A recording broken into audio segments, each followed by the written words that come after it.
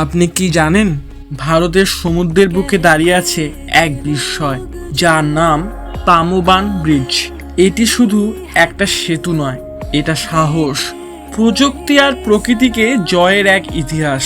পামোবান bridge হলো ভারতীয় উপমহাদেশের প্রথম সমুদ্রের উপর নির্মিত রেলওয়ে ব্রিজ। এটি তামিলনাড়ুর মেনুল্যান্ড ও রামেশ্বরমের দ্বীপকে সংযুক্ত করে। ব্রিজটি নির্মিত হয় 1914 সালে, অর্থাৎ ব্রিটিশ আমলে। ব্রিজটির দৈর্ঘ্য প্রায় 23 কিলোমিটার।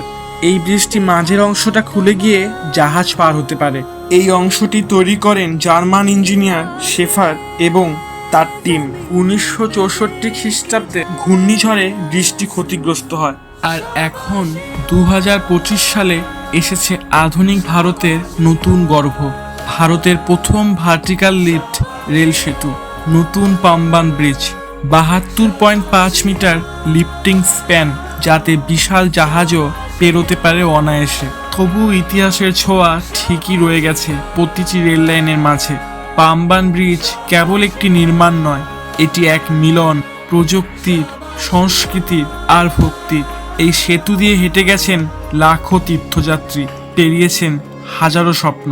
ওই কথায় আছে, যদি মন থেকে কিছু চাও তবে অসম্ভব সম্ভব হতে বাধ্য। ভালো থাকবেন, আনন্দে থাকবেন। প্লিজ সাবস্ক্রাইব করবেন। পরের ভিডিওতে এক অজানা ইতিহাস নিয়ে হাজির হব।